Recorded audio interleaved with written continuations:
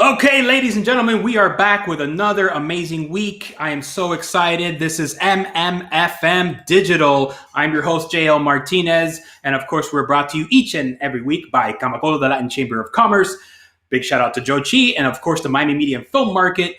Shout out to its chief executive and my partner, Patty Arias. We are so excited to bring you our guest today. She is a filmmaker. She's a producer. She is the founder of the Latino Filmmakers Network at Sundance. She does so many things, wears so many hats. I think she needs to open up a boutique for all the great things that she does.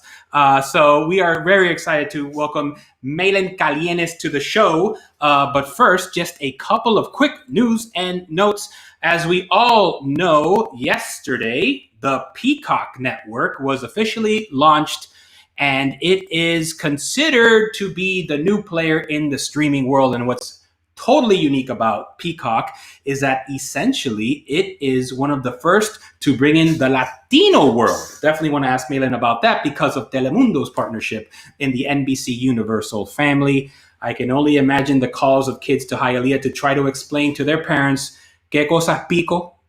¿Tú quieres decir pico como un pico? No, mami, un peacock. Es por internet, hace falta contraseña. ¿Qué contraseña, Nina? Como en Netflix. Yo creo que la tiene la contraseña. That's pretty much the world that we're entering into now when it comes to the streaming wars.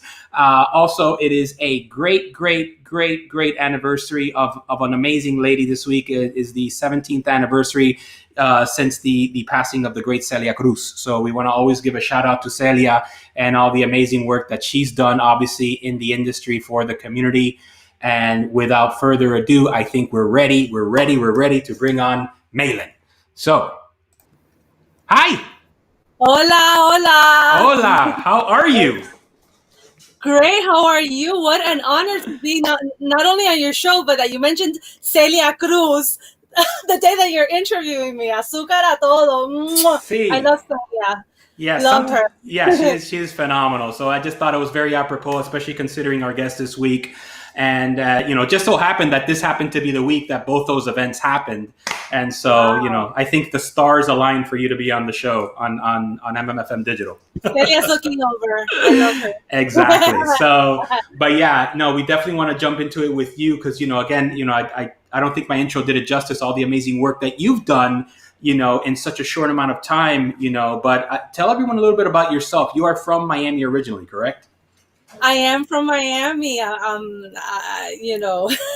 was born in Cuba, raised in Miami. So yeah, I grew up in Miami, and I've always been involved in the arts, performing arts, visual arts. I started acting since I was young. I think that I think that where that whole entire passion for storytelling grew. Well, first of all, I have to give a shout out to my mom because my mom would take me to the library when I was a little girl, and she would always take me to the story times at the library. And that's also part of me learning English, in this country.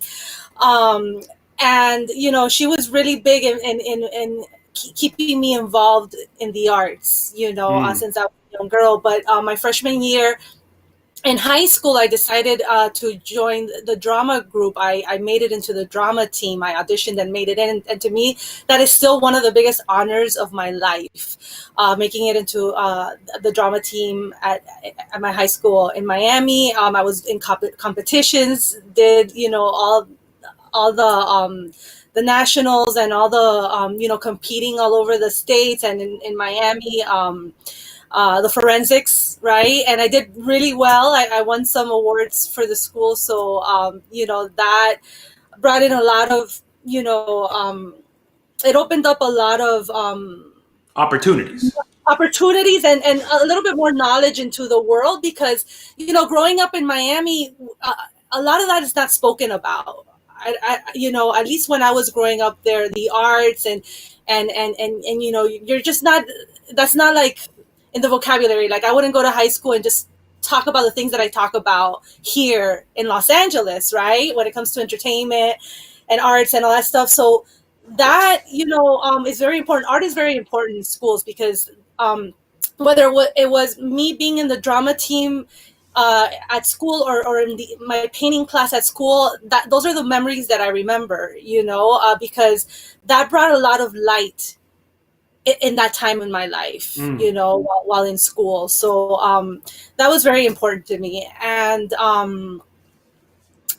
I did a lot of theater also while in Miami, so my schedule in Miami, I think, kind of built me up to where I am right now, because if you heard my schedule in Miami, it's like, okay, and you know what I do here, and how my schedule is. It's like, okay, it makes sense. It makes sense. Right.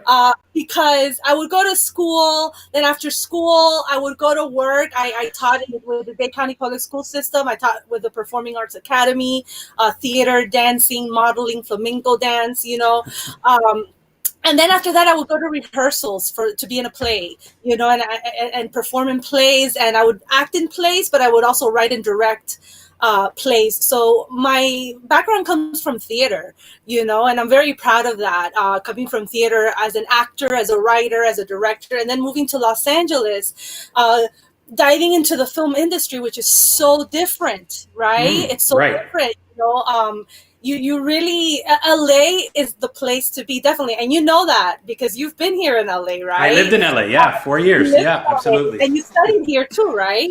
I did not know. I studied at the University of Miami Film School. But right. I always joked that because I worked at a major talent agency, that was my master's in show business, was those 3 years I spent at one of the agencies. But yeah. Right. So yeah, LA is definitely the place to be if you want to dive into film and TV, because this is where all that happens, right? So I learned a lot, the first few years living out here. Not only did I have to learn how to live in LA and kind of get to know this place, but I feel LA is kind of like Miami multiplied by 10 because it's so big, right? Plus the industry, so I had to kind of get to know LA and kind of get to know the industry, and then leaving Miami, which is a place where we're growing up surrounded by people that look like you, Latinos, right? Latinos, African Americans, right? Minorities. Then leaving Miami, which is like a little country in itself, and then coming to another place in the States, LA, which is another place, it's a city. So you are surrounded by diversity, but you're surrounded by a lot of people that, you don't commonly are accustomed to, growing up in Miami too. And then coming into the industry, and then realizing, coming from the theater world as an actor, and being able to play any roles because you're an actor, then coming to Hollywood, and just because you happen to be Latina, Hispanic, you're put in a little box. Right. Oh, you can only play Latina and Hispanic roles. And then once you're put into that little box, what are the Latina, Hispanic roles? Okay, maid,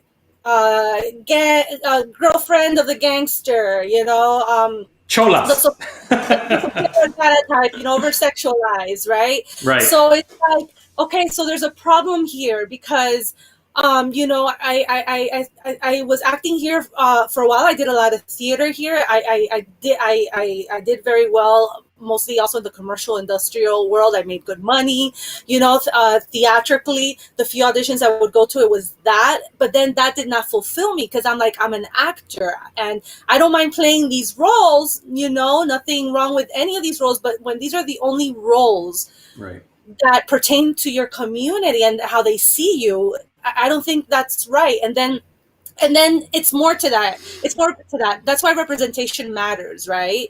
Because then there's a lot of people that they see TV, film, and that's the way they get educated. And they look at TV and they look at film and they look at us Latinos portrayed a certain way, and they think that we are that, and that's a problem. So when I saw that the opportunities lacked there, I made my first short film. I'm like, you know what? I'm going to focus a little bit more behind the camera, because I feel like as a storyteller and behind the camera, maybe I could make a difference. Maybe I could make a change, and maybe I could help not only create better opportunities for myself, but better opportunities for my friends, for my colleagues, for the industry, which really, there has to be some sort of change here, right? So then started making movies, and then I would go to film festivals. The whole Sundance thing is I love Sundance, the Sundance Film Festival. I go there absolutely. For many, many years as a filmmaker. It is the #1 film festival in the States. I saw a lack of representation there also of the Latino community, and I would always bring a lot of my friends and colleagues to Sundance to join me every year. Then they got addicted like I did, right? And there's this other great organization that I always like to shout out. It's the Black House Foundation, which I knew about them because I would go to Sundance and I would kind of hang out there, and they represent Black filmmakers. You know, they lift them, they represent them, and I think they do such a great job. And I'm like, man, we need something like this at Sundance, right? Going there for so many years, not seeing our community being represented. So in 2015, I decided, you know what, let's do something for our community. And the Latino Filmmakers Network was born there. Started off as a mixer, and it kind of like blew up.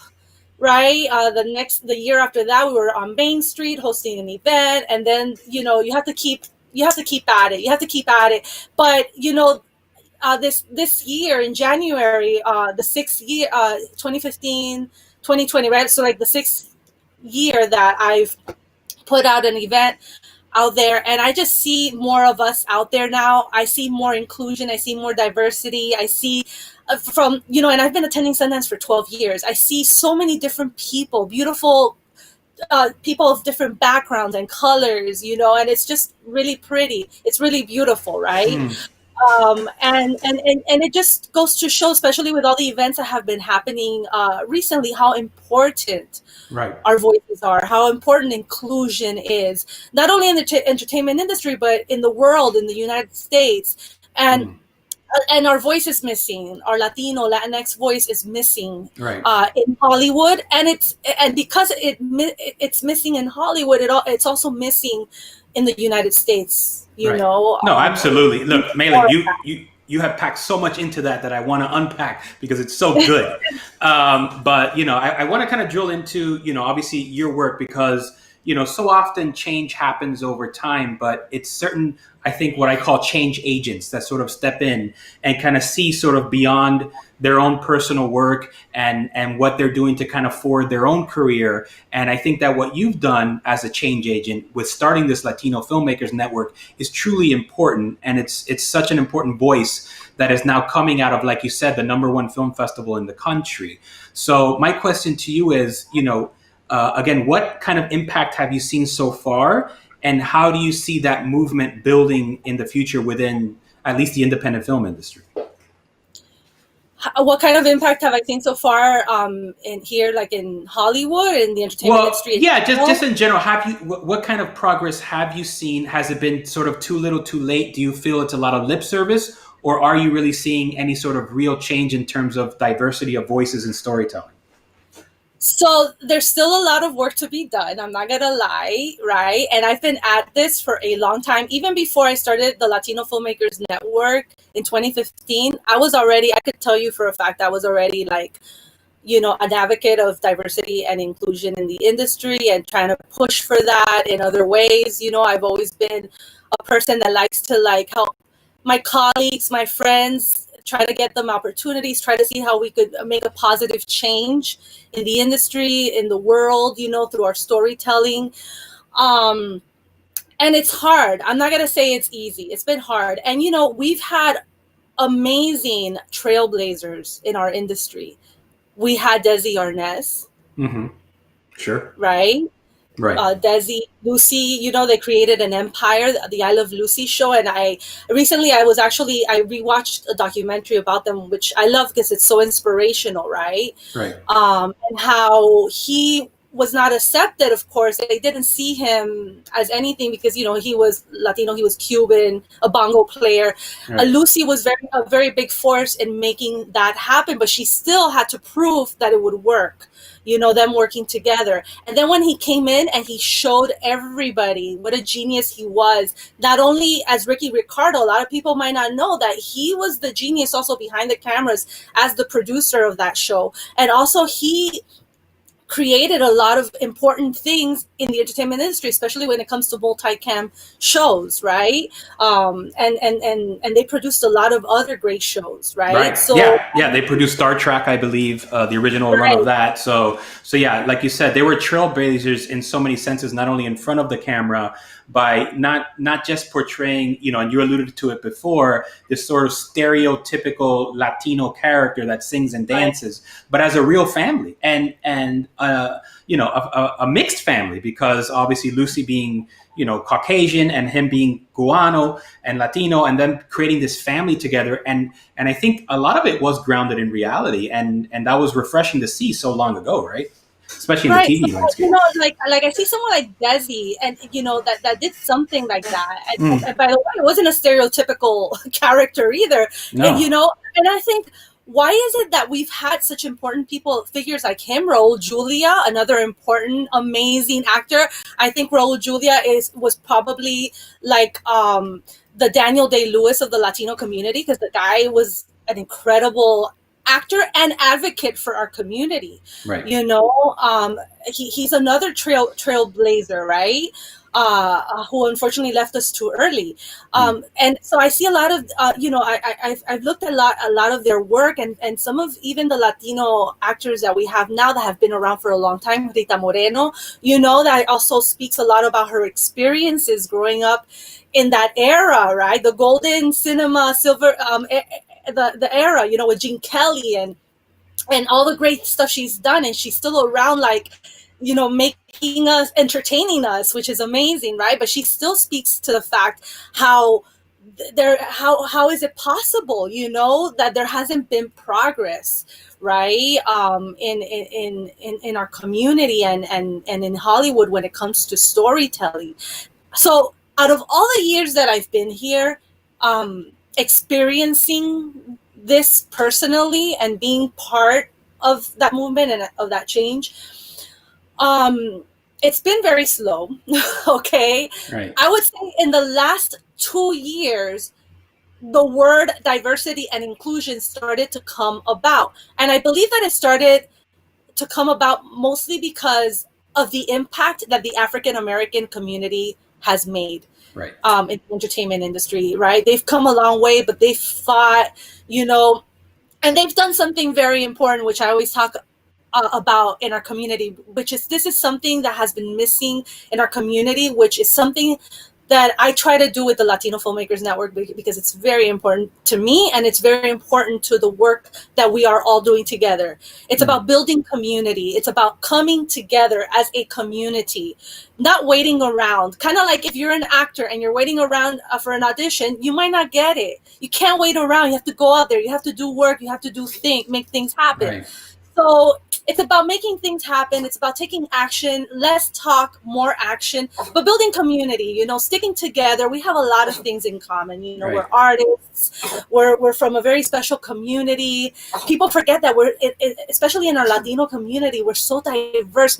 We're like white to black, we're very diverse. We come from different backgrounds, and we may come from different backgrounds, but there's so many things that unite us. Mm, And I'm the type of person, if you look at my pool of friends, they're very diverse. So I'm very lucky in that way. And I'm sorry if you hear my dog barking. This is live. It happens. not a But problem.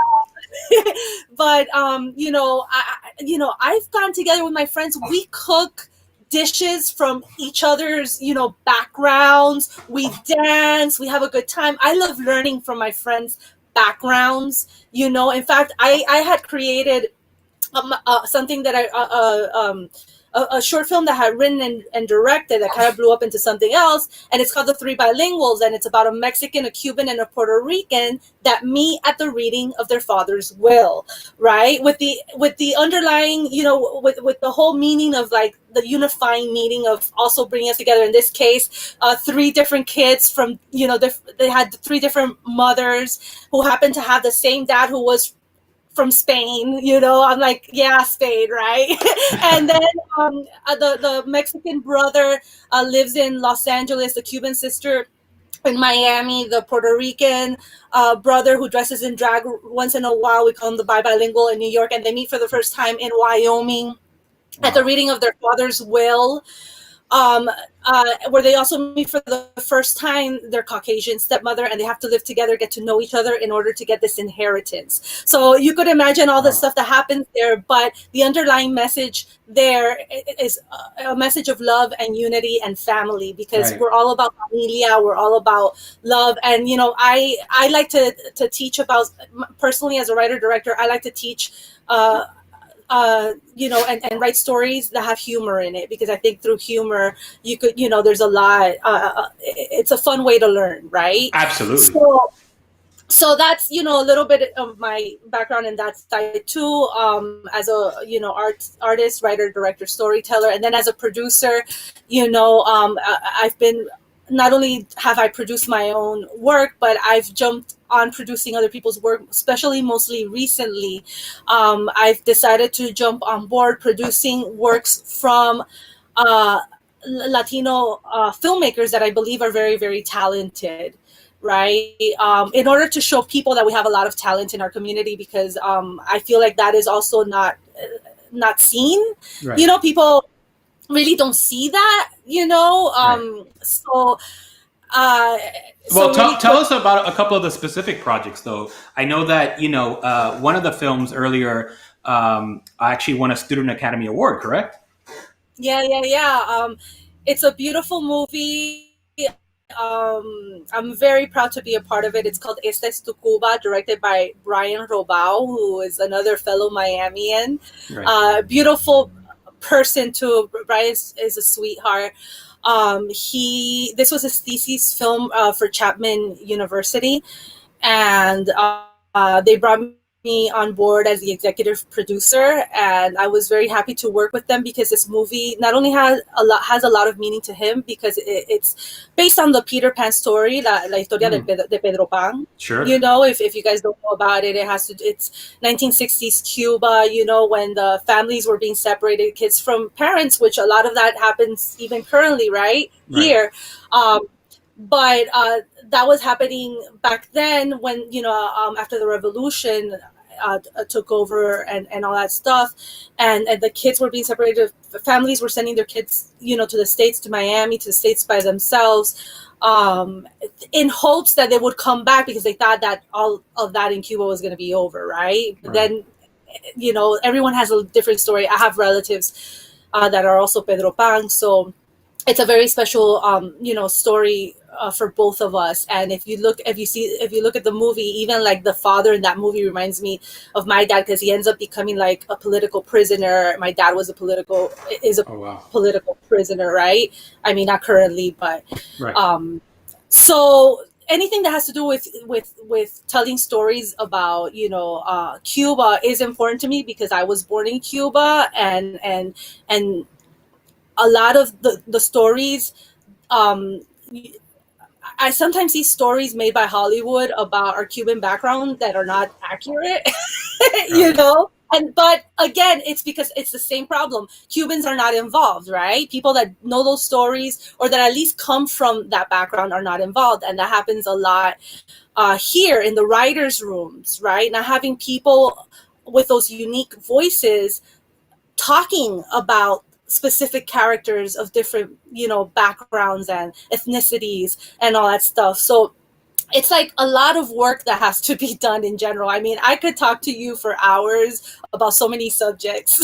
Right. No, it's a lot, like I said, but you touched on, I think, some important things, which maybe we can dive just for a couple minutes further into, which is, what I call point of view, right? So, like you said, you have a lot of writer rooms in LA that are constantly developing material, and so to not have that authenticity and that representation in those rooms leads to, unfortunately, a lot of times one-dimensional characters, superficial characters, stereotypes, caricatures, essentially. Right. And Right. so I think part of the work, and something that, I think that you're doing through your network, formally or informally, is making sure that we have the right people telling those stories that are authentic. Because even within our Latino community, as you mentioned, there's Mexicans, there's Cubans, there's Puerto Ricans, and there are very, very subtle differences. Sometimes they're more overt.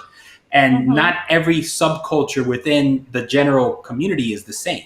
And so I think having authentic voices that are nuanced in those specific cultures, what is a Mexican versus a Cuban versus a Puerto Rican versus those three that were born and raised in the US versus immigrants versus second generation. Those are all Right. really, as you know, subtle differences. So I think that the great storytellers of our times in the future that I think are going to do amazing work, and you've done so much of it already, is to understand those nuances and tell it from a very authentic and personal place. Yeah, and everything that you just said, that is pretty much what we're trying to educate those top people in those executive positions, right? That could make those decisions to maybe hire in a smart way, right? Mm. And create more opportunities. But in the meantime, while that is happening, and those decisions are being made, and all these movements are happening, you know, we can't just sit around. We have to continue taking action. We have to continue being a voice for our community, and we have to continue doing the work. Right. We have to continue showing. Don't give up. Don't give up. It's the thing about this industry and being an artist in general. We know how tough it is. We know how many no's you get. If you feel it inside, if you have that passion to create because you have this voice that needs to come out, keep at it. Don't give up, Right. because it might not be today, it might not be tomorrow, but it'll be someday that your story is going to be seen and it's going to be told. And the important thing is to do it. If you don't do it, then that's it. Like, what's up, right? If you do something, it doesn't matter. It doesn't matter how it comes out. You did it. Congratulations. I love Congratulations. that. Right. Keep doing it. Keep doing Right. it. Keep owning your craft. Back to Este Cuba, I'm proud to have worked with Este Cuba that did really great in a lot of different film festivals. It was an Oscar contender because it won a Student Academy Award. Right. As a short narrative film. And then I wanted to also give a shout out to another short film, another Miami director, Adam Schlachter. He did a documentary that I also jumped on board as an associate producer because I absolutely loved it. And this is a documentary speaking about change and taking action, especially during this time. It's called "And the Brave Shall Rise," and it was an Oscar contender for this year's Academy Awards. Oh, wow. And it's about a stay-at-home mom. It's about a stay-at-home mom that decides to run for office in order to change the gun reform laws. She decided to do this after the Parkland shootings that happened in Florida. And guess what? That mom, Cindy, she's from Hialeah, where you're from. Okay. So the reason that I connected a lot with that, I connected with Cindy, is because she, is doing it politically, but as a mom, but she's taking action, So if you believe in something, it is important not to just talk. It's important to take action. Right. I happen to be here in Hollywood, in Los Angeles. I have a passion for storytelling and filmmaking because I feel like we are also superheroes of the world through entertainment. You educate a lot of people, right? And it is important for me and for many of us out here to tell our stories and to have more people that look like us represent us in a very positive way. Because that's part of the change, that we are able to create here to educate other people in the United States and in the world about our backgrounds and our culture. Oh, right. So that's me right here. But you, wherever you are seated, you don't have to be a storyteller in Hollywood. You could be a storyteller in Alabama. You could be a storyteller in Kentucky, right? Doesn't matter where you are. You can still create stories to be part of that difference. Or, if you're going a different route, if you're a painter, if you're a musician, or if you're going more the political route through activism, or you're in science, it doesn't matter what you're doing. Always think about, how could I be a positive change for my community? How could I be create a positive change for the world? Because I believe that in general, to get more, into that type of stuff, I believe that, we're here and we're doing, it's good to do what you love, but I believe that we're all in a journey, right? In a journey in a personal journey to be a positive impact in the world. You just have to find that and Yeah. go for it. I love it. Well, this has almost been like a rally. I think it's like get all the Latinos up there making stuff. That could be a good for Latino Filmmakers Network. We're here. What's up? What's up? Hey, again, it's about supporting each other. It's about keeping it cool, being cool with each other. Like there's no reason why we have to hate on each other. There's no reason why, we have to be criticizing each other, because this is now the time to come together. Look at the African American community. Look what they created. Right. Learn from that community, which I love that community too, because I have a lot of close friends that are from that community, and I work with them too and include them in my projects and stuff like that. But it's like, if something works, make it happen. There's no excuse. We come from familia. Do you know what that is? Right. We're the ones that kiss each other on the face, and we hug, and we dance with each other, and we cook, and we have las pachanga, las parranda, and the parties. Like, there's no excuse. Why is it that our Latino community is lacking? Right. When it comes to uniting and getting together and like exploding, in a great way, right? Right. I think we're going to get there. It just sucks that we're in this COVID situation, but I was already thinking, man, I'd love to go to one of your events at Sundance and just to see what that experience would be like. I can't imagine.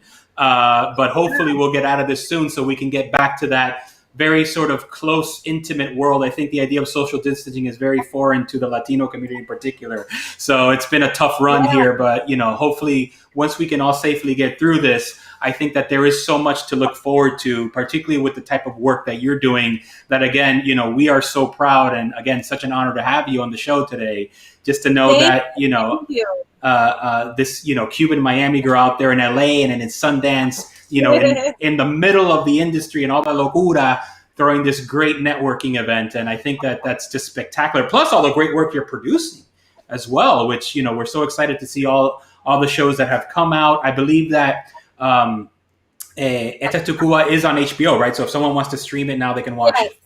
Yes. HBO, and I believe all the HBO platforms you could love it. Find there. Yeah.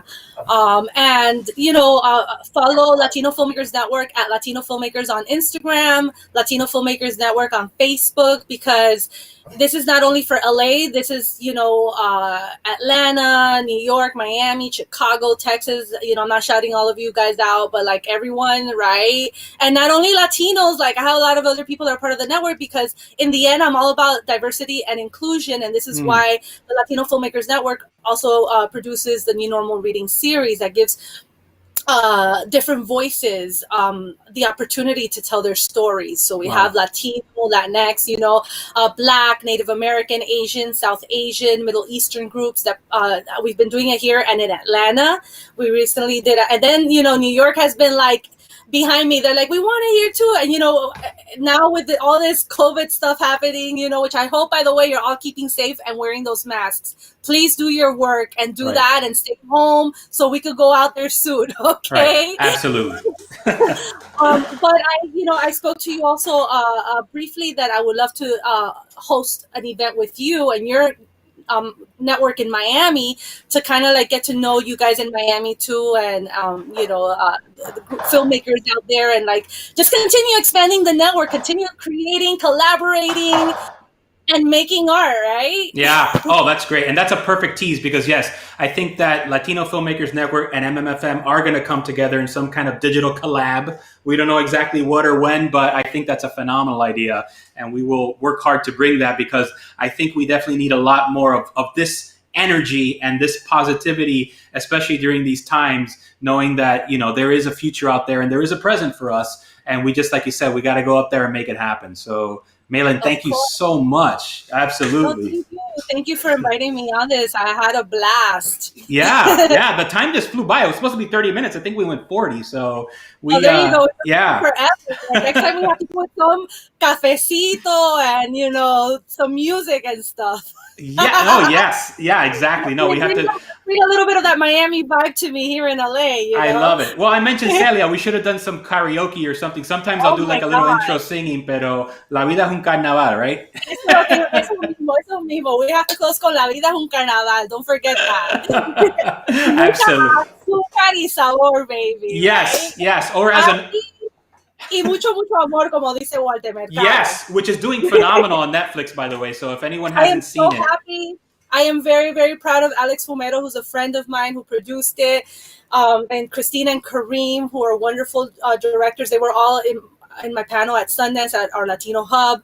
You know, wonderful people, and I was so excited when I found out that he was working on this project, and then when it premiered at Sundance, now it's on Netflix. I've been blasting about it, and I'm just so happy though to see and to hear, like, it doesn't matter what background of a Latino you are, like your abuelita, your tia, your mommy, and you grew up with Walter Mercado, because if someone was watching it, you were watching it too. right? Okay. We're always waiting for our signs. So so Walter Mercado is missed, and something you learned about Walter Mercado, not only did he always talk about mucho mucho amor, but he was mucho mucho amor. He practiced what he preached. Absolutely. Yes. Yeah. No, and that's something that I think, definitely a pride of our community, and such an amazing lesson, especially during these times, to know that, you have to have love and passion in your soul, and really do what you love. And this is definitely an example of that for sure. So, Yeah. bueno, Malin, I'm going to do my quick sign off here. Stay with me Okay. because I want to bring you back just to say goodbye. Pero Okay. I am going to put you on hold one more time, and sometimes I do it right, sometimes I don't. Bye, guys. Okay, that was Malin. Wow, what a shot of cafecito in the afternoon. I think we all needed that. That was amazing. I want to definitely thank my guest, Malin, again. Definitely follow her, Latino Filmmakers Network. She's all over the social media, so find her handle, follow, support, go out there, make stuff. And again, on behalf of the Miami Media and Film Market and Camacol, this has been another MMFM Digital. And that's all we say. Until the next time, happy streaming.